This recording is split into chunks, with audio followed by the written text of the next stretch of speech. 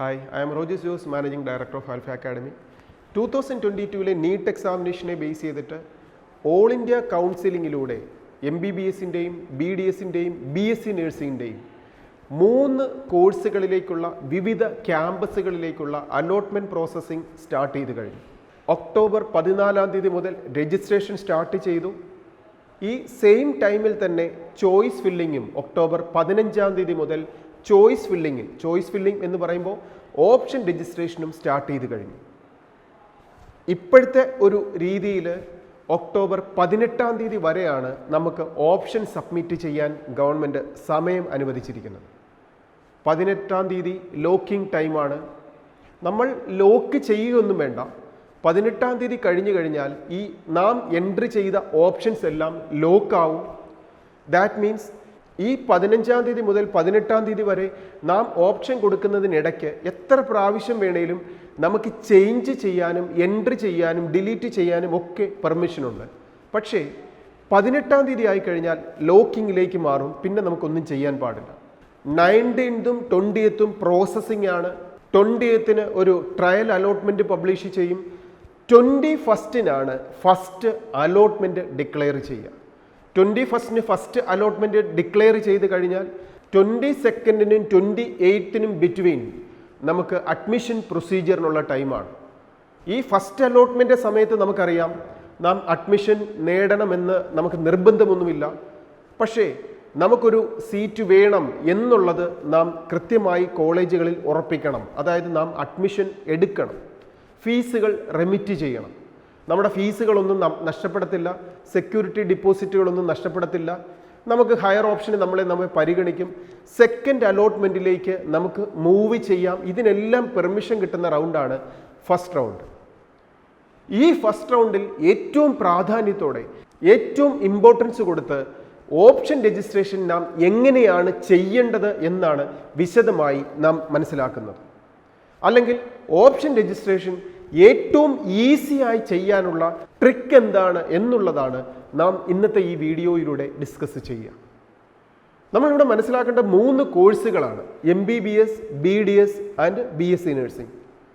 MBBSന് India മുഴുവനുള്ള എല്ലാ government medical കോളേജുകളുടെയും 15% സീറ്റുകൾ. ഈ വർഷം MBBSന് ടോട്ടൽ 9850 സീറ്റുകളാണുള്ളത്. 9850 സീറ്റുകൾ. ഇത് ഗവൺമെൻറ് സെക്ടറിലെ സീറ്റുകളും അതിനോടൊപ്പം എയിംസ് കോളേജുകളുടെ സീറ്റുകൾ, ജിപ്മർ, AFMCയുടെ സീറ്റുകൾ, ESI മെഡിക്കൽ കോളേജിൻ്റെ സീറ്റുകൾ എല്ലാം ചേർത്തിട്ടാണ് നമുക്ക് ഈ 9850 സീറ്റുകളുള്ളത്. BDSൻ്റെ ടോട്ടൽ 422 സീറ്റുകളിലേക്കും അതുപോലെ BSc നഴ്സിംഗിൻ്റെ 11 കോളേജുകളായിട്ടുള്ള 385 സീറ്റുകളിലേക്കും ഡീംഡ് യൂണിവേഴ്സിറ്റികളുടെ MBBSൻ്റെയും BDSൻ്റെയും സീറ്റുകളിലേക്കുമൊക്കെ ഈ ഫസ്റ്റ് അലോട്ട്മെൻറ്റിലൂടെയാണ് ഓപ്ഷൻ നാം സബ്മിറ്റ് ചെയ്യേണ്ടത്. എൻട്രൻസ് കമ്മീഷനുടെ വെബ്സൈറ്റായ mcc.nic.in ഈ വെബ്സൈറ്റിലൂടെ എൻട്രി ചെയ്ത് കഴിയുമ്പോൾ ഏതൊക്കെ കോളേജുകളാണ് ഇപ്പോൾ പാർട്ടിസിപ്പേറ്റ് ചെയ്യുന്നത്, ടോട്ടൽ സീറ്റുകൾ എത്ര, ഈ വിശദ വിവരങ്ങളെല്ലാം സീറ്റ് മെട്രിക്സ് ആയി വെബ്സൈറ്റിൽ തന്നെ പബ്ലിഷ് ചെയ്തിട്ടുണ്ട്. അപ്പോൾ നമുക്ക് ഏതൊക്കെ കോളേജാണ് പാർട്ടിസിപ്പേറ്റ് ചെയ്യുന്നത്, ഓരോ കോളേജിലും എത്ര സീറ്റുകളുണ്ട്, ഇതെല്ലാം NTA വെബ്സൈറ്റിൽ സീറ്റ് മെട്രിക്സുകൾ നോക്കി നമുക്ക് കൃത്യമായി മനസ്സിലാക്കാനും സാധിക്കും. ഇനി ഈ സീറ്റ് മെട്രിക്സുകൾക്ക് പ്രാധാന്യം കൊടുത്തുകൊണ്ടൊന്നുമല്ല നാം ഓപ്ഷൻ രജിസ്ട്രേഷനിൽ പങ്കെടുക്കേണ്ടത്. ഇതൊക്കെ ഇത്രയും കോളേജുകളും കോഴ്സുകളും ഇതിലുണ്ട് എന്ന് നാം ഒന്ന് മനസ്സിലാക്കിയിരുന്നാൽ മതി. ഈ വർഷത്തെ 2022 നീറ്റ് എക്സാമിനേഷൻ എഴുതി ഒരു എലിജിബിൾ മാർക്ക് നേടിയ എല്ലാ വിദ്യാർത്ഥികളും നമ്മുടെ എല്ലാ റിസർവേഷൻ മാനദണ്ഡങ്ങളും പാലിച്ചുകൊണ്ട് നിർബന്ധമായും നാം ഓപ്ഷൻ രജിസ്ട്രേഷനിൽ പങ്കെടുക്കണം. ഞാൻ ESIയുടെ രജിസ്ട്രേഷനുള്ള ഒരു IP വാർഡ് ഇൻഷ്വേർഡ് പേഴ്സൻ്റെ മകനോ മകളോ ആണെങ്കിൽ ESI IP കോട്ട കിട്ടുന്ന കോളേജുകളിലെല്ലാം ഓപ്ഷൻ കൊടുക്കണം. അതുപോലെ നമ്മുടെ എല്ലാ റിസർവേഷൻസും SC ST റിസർവേഷൻ ആവട്ടെ, OBC റിസർവേഷൻ ആവട്ടെ, എക്കണോമിക്കലി വീക്കർ സെക്ഷൻ്റെ റിസർവേഷൻ ആവട്ടെ, പേഴ്സൺ വിത്ത് ഡിസബിലിറ്റി വരുന്ന റിസർവേഷൻ ആവട്ടെ, ഇതുപോലെ ഏതൊക്കെ റിസർവേഷൻ ക്ലെയിം നമുക്ക് ഉണ്ടെങ്കിലും അതൊക്കെ കൺസിഡർ ചെയ്തുകൊണ്ടാണ് ഓൾ ഇന്ത്യ കൗൺസിലിംഗിൽ അലോട്ട്മെന്റ് പ്രോസസ്സിംഗ് കംപ്ലീറ്റ് ചെയ്യുക. അതുകൊണ്ട് തന്നെ നാം കൃത്യമായി ഓപ്ഷൻ കൊടുക്കണം. ഇനി എന്താണ്, എങ്ങനെയാണ് ഓപ്ഷൻ കൊടുക്കേണ്ടത്, എന്താണ് ചോയ്സ് ഫില്ലിങ്ങിൻ്റെ പ്രാധാന്യം, ഇത് നമുക്ക് ഏറ്റവും ഈസി ആയിട്ട് മനസ്സിലാകുന്ന രീതിയിൽ നമുക്കൊന്ന് ശ്രദ്ധിക്കാം. ഓപ്ഷൻ കൊടുക്കുമ്പോൾ ഒരു വിദ്യാർത്ഥി ശ്രദ്ധിക്കേണ്ട കാര്യം, നാം ആഗ്രഹിക്കുന്ന കോളേജുകളും കോഴ്സുകളും ഏതൊക്കെയാണ് എന്ന് ആദ്യം ഒന്ന് മനസ്സിലാക്കുക.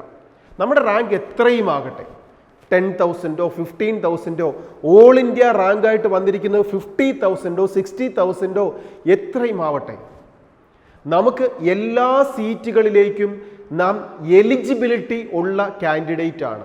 അങ്ങനെ അപ്ലൈ ചെയ്യാവുന്നവരെയാണ് എലിജിബിൾ കാൻഡിഡേറ്റ് ആയിട്ട് റാങ്ക് ലിസ്റ്റിൽ ഉൾപ്പെടുത്തിയിരിക്കുന്നത്. അതുകൊണ്ട് തന്നെ മാർക്ക് എത്ര കുറഞ്ഞവർക്കും എലിജിബിലിറ്റി നേടിയ എല്ലാവർക്കും തന്നെ ഓപ്ഷൻ സബ്മിറ്റ് ചെയ്യാൻ പെർമിഷനുണ്ട്.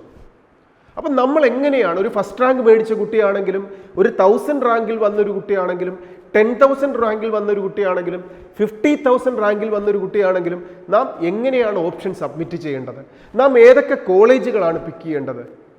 നാം മനസ്സിലാക്കേണ്ടത്, ഒരു എൻട്രൻസ് കമ്മീഷനുടെ ഈ ഓപ്ഷൻ രജിസ്ട്രേഷൻ എന്ന് പറയുന്നത് നമുക്ക് ഏത് കോളേജിലാണ്, ഏത് കോഴ്സാണ് പഠിക്കാൻ താല്പര്യമെന്ന് എൻട്രൻസ് കമ്മീഷണറെ അറിയിക്കുന്ന ഡ്യൂട്ടിയാണ്. അപ്പം നാം മനസ്സിലാക്കേണ്ട ഒരു കാര്യം, നമ്മെ എൻട്രൻസ് കമ്മീഷണർ ഒരു കൗൺസിലിങ്ങിന് വേണ്ടി അദ്ദേഹത്തിൻ്റെ മുറിയിലേക്ക് വിളിക്കുകയാണെന്നിരിക്കട്ടെ, അല്ലെ ഒരു ഹാളിലേക്ക് വിളിക്കുകയാണെന്നിരിക്കട്ടെ. അപ്പോൾ എൻട്രൻസ് കമ്മീഷണർ നമ്മളോട് ചോദിക്കുകയാണ്, ഏത് കോഴ്സ് പഠിക്കാനാണ് താല്പര്യം? അപ്പോൾ നാം കോഴ്സ് പറയണം. ഏത് കോളേജിൽ പഠിക്കാനാണ് താല്പര്യം? അപ്പോൾ നാം കോളേജ് പറയണം.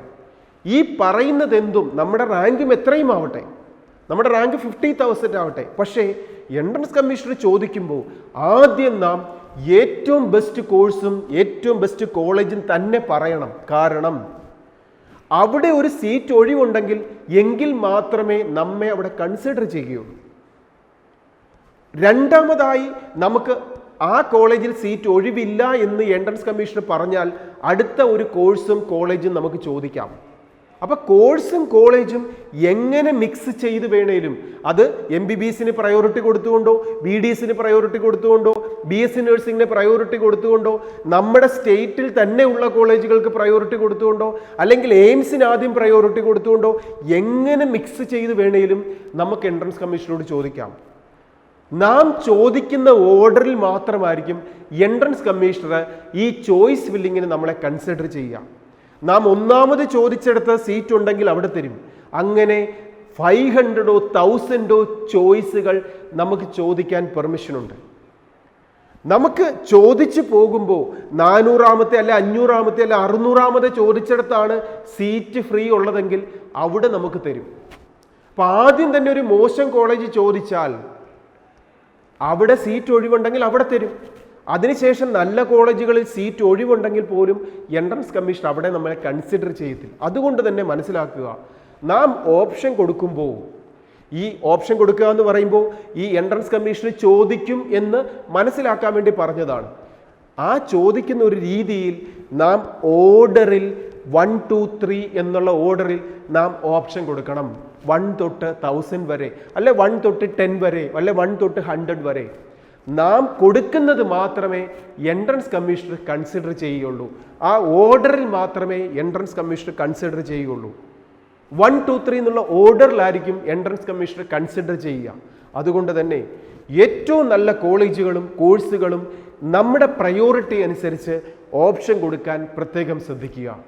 ഇനി കൊടുക്കുന്ന സമയത്ത് കോളേജുകൾക്ക് പ്രാധാന്യം കൊടുക്കുന്നു, കോഴ്സുകൾക്ക് പ്രാധാന്യം കൊടുക്കുന്നു, ഇതിനോടൊപ്പം ഫീസിനും പ്രാധാന്യം കൊടുക്കുക. ഏറ്റവും കുറഞ്ഞ ഫീസുകളുള്ള കോളേജുകൾ നാം സെലക്ട് ചെയ്യണം. സ്റ്റേറ്റുകൾക്ക് പ്രാധാന്യം കൊടുക്കുക. നമുക്ക് പഠിക്കാൻ താല്പര്യമുള്ള സ്റ്റേറ്റുകൾക്ക് പ്രയോറിറ്റി കൊടുക്കുക. ക്യാമ്പസിൻ്റെ ഡെസിഗ്നേഷൻ, ഏറ്റവും നല്ല ക്യാമ്പസുകൾ, ഇങ്ങനെയൊക്കെ നോക്കി വേണം നാം കോഴ്സുകൾ പ്രിഫർ ചെയ്യുവാൻ, ക്യാമ്പസുകൾ പ്രിഫർ ചെയ്യുവാൻ, ഓർഡറിൽ നാം എൻ്റർ ചെയ്യുവാൻ. 18ാം തീയതി വരെ ആ ഓർഡറിൽ നമുക്ക് എൻ്റർ ചെയ്യാം. നാം കൊടുത്തിരിക്കുന്ന ഓർഡറുകൾ റീഅറേഞ്ച് ചെയ്യാം, ഡിലീറ്റ് ചെയ്യാം, പുതിയത് ആഡ് ചെയ്യാം. ഏത് രീതിയിലാണെങ്കിലും നാം ഓപ്ഷൻ കൃത്യമായി സബ്മിറ്റ് ചെയ്ത് അതിൻ്റെ ഒരു പ്രിൻ്റ് ഔട്ട് എടുത്ത് നാം റീചെക്ക് ചെയ്യുക. ഇതാണ് ഓപ്ഷൻ രജിസ്ട്രേഷൻ്റെ ഏറ്റവും സിമ്പിളായി നാം കൊടുക്കേണ്ട ഒരു മെത്തേഡ്. ഇങ്ങനെ നാം സബ്മിറ്റ് ചെയ്യുമ്പോൾ നമുക്കറിയാം MBBS തന്നെ 303 മെഡിക്കൽ കോളേജുകളിലായി 7491 സീറ്റുകളാണ് നമുക്കുള്ളത്. BDSനും 40 കോളേജുകളിലായി 422 ഗവൺമെൻറ് സീറ്റുകളുണ്ട്. കഴിഞ്ഞ വർഷം 19 എയിംസുകളാണ് ഉണ്ടായിരുന്നതെങ്കിൽ ഈ വർഷം 21 എയിംസുകളിലായി 2169 സീറ്റുകളുണ്ട്. അതുപോലെ ജിപ്മറിന് 2 ക്യാമ്പസുകളിലായി 179 സീറ്റുകളുണ്ട്. അതുപോലെ ഇന്ത്യയിൽ 11 ESI മെഡിക്കൽ കോളേജുകളിലായി 438 ഇൻഷുർഡ് പേഴ്സൺസിൻ്റെ കുട്ടികൾക്ക് വേണ്ടി റിസർവ് ചെയ്തിരിക്കുന്ന സീറ്റുകളുണ്ട്. നമുക്കറിയാം 11 ESI മെഡിക്കൽ കോളേജുകളുടെ ടോട്ടൽ സീറ്റുകളുടെ 15% ഓൾ ഇന്ത്യ കൗൺസിലിങ്ങിന് വേണ്ടി കൺസിഡർ ചെയ്യുന്നുണ്ട്. അത് കൂടാതെയാണ് 35% ആയ 438 സീറ്റിലേക്ക് ഇൻഷുർഡ് പേഴ്സൺസിൻ്റെ മക്കൾക്ക് വേണ്ടിയിട്ട് റിസർവേഷൻ സീറ്റിൽ നമുക്ക് അപ്ലൈ ചെയ്യാവുന്നത്. അങ്ങനെ റിസർവേഷൻ ഉള്ള വിദ്യാർത്ഥികൾ ആ സീറ്റിലേക്കും ആപ്ലിക്കേഷൻ സബ്മിറ്റ് ചെയ്യാം. ESI മെഡിക്കൽ കോളേജുകളുടെ ബാക്കി വരുന്ന 50% സീറ്റ് അതാത് സ്റ്റേറ്റുകൾ ആണ് ബാക്കി സീറ്റുകൾ ഫില്ല് ചെയ്യുക. അപ്പോൾ ഈ ESI മെഡിക്കൽ കോളേജുകളുടെ 15% സീറ്റിലേക്ക് ഓപ്പൺ മെറിറ്റായി എല്ലാവർക്കും അപ്ലൈ ചെയ്യാം. ഇൻഷുർഡ് പേഴ്സൺസിൻ്റെ മക്കൾക്ക് 35% സീറ്റിലേക്കും അപ്ലൈ ചെയ്യാം. BSc നഴ്സിംഗിൻ്റെ 11 കോളേജുകളിലായി 385 BSc നഴ്സിംഗ് സീറ്റുകളുമുണ്ട്. അതുപോലെ MBBSൻ്റെ ഡീംഡ് യൂണിവേഴ്സിറ്റികൾ നമുക്കറിയാം ഏകദേശം 10 ലക്ഷം രൂപ മുതൽ 25 ലക്ഷം രൂപ വരെ ഫീസ് വരുന്ന സീറ്റുകളാണ്. ആ സീറ്റിൽ അറൗണ്ട് ഒരു 9000ഓളം സീറ്റുകളാണ് ഡീംഡ് യൂണിവേഴ്സിറ്റികളിലുള്ളത്. അത് ഓപ്പൺ സീറ്റുകളും അതിനോടൊപ്പം NRI സീറ്റും കൂടെ ചേർത്തിട്ടാണ് ഈ 9000ഓളം ഡീംഡ് യൂണിവേഴ്സിറ്റികൾ MBBSന് സീറ്റുള്ളത്.